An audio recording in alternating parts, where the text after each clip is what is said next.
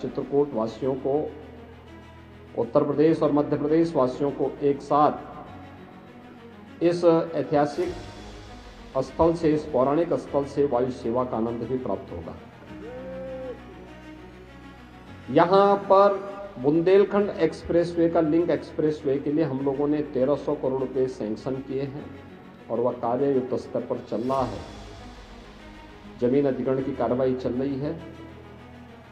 चित्रकूट के बाईपास के निर्माण का कार्य हो या फिर चित्रकूट से जुड़े हुए उन पौराणिक और ऐतिहासिक स्थलों का, चाहे वह लालापुर भगवान महर्षि वाल्मीकि जी की पावन जन्मस्थली के सुंदरीकरण और उसका पुनरुद्धार के कार्यक्रम को आगे बढ़ाने का कार्य हो, या संत तुलसीदास जी के पावन जन्मस्थली की सुरक्षा और उसके सुंदरीकरण के कार्यक्रम को, इसको हमारी सरकार तेजी के साथ आगे बढ़ा रही है।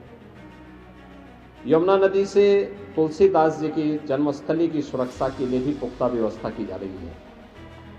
मुझे बताते हुए प्रसन्नता है कि पिछले ही वर्ष हमारी सरकार ने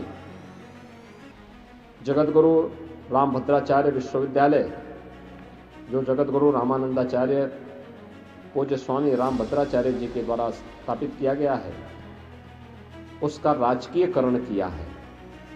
अब इसमें सरकार के स्तर पर कुछ नए पाठ्यक्रम भी हम संचालित करेंगे, जिसमें दिव्यांग बच्चों के साथ साथ सामान्य बच्चों की पढ़ाई की भी उत्तम व्यवस्था की जा सके और उनको स्थानीय स्तर पर ही अच्छी सुविधा यहाँ प्राप्त हो सके।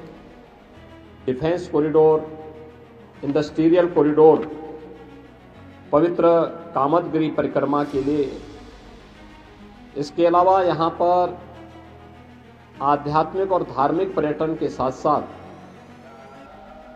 यहाँ के इको टूरिज्म के भी एक बेहतरीन सेंटर के रूप में इसको हम विकसित कर सकें।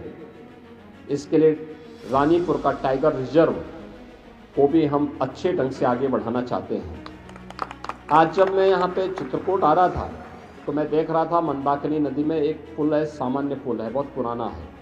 मैंने उसके लिए एक नया पुल भी स्वीकृत करने की घोषणा की है कि यहाँ पे एक नया पुल बनना चाहिए, जिससे चित्रकूट की कनेक्टिविटी को और बेहतर किया जा सके और यहाँ पर जिला मुख्यालय से या अन्य स्थानों से यहाँ पर आवागमन को और सुंदर बनाया जा सके।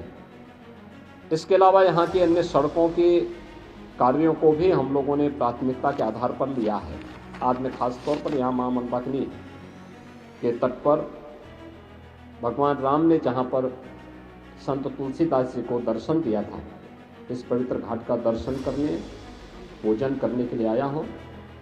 मुझे विश्वास है कि बहुत शीघ्र चित्रकूट को बहुत कुछ यहाँ के भौतिक विकास के लिए, आध्यात्मिक उन्नयन के लिए प्राप्त होगा।